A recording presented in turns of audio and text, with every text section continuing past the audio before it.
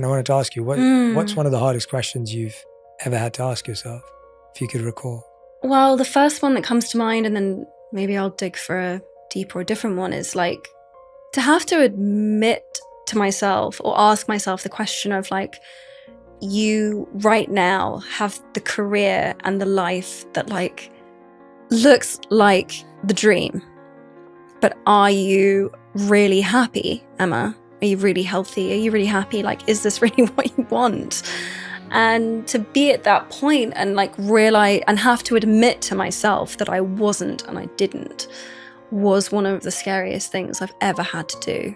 Because, you know, I basically had to ask myself on a daily basis, like, I felt like I was crazy.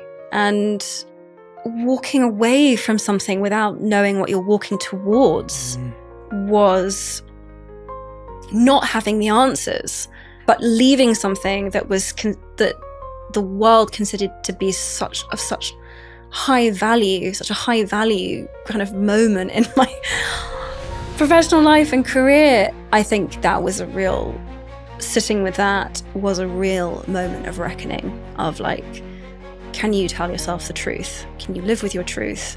Can you accept the fact that for most other people, your truth is pretty confusing and unpalatable? That was definitely a hard moment of sitting.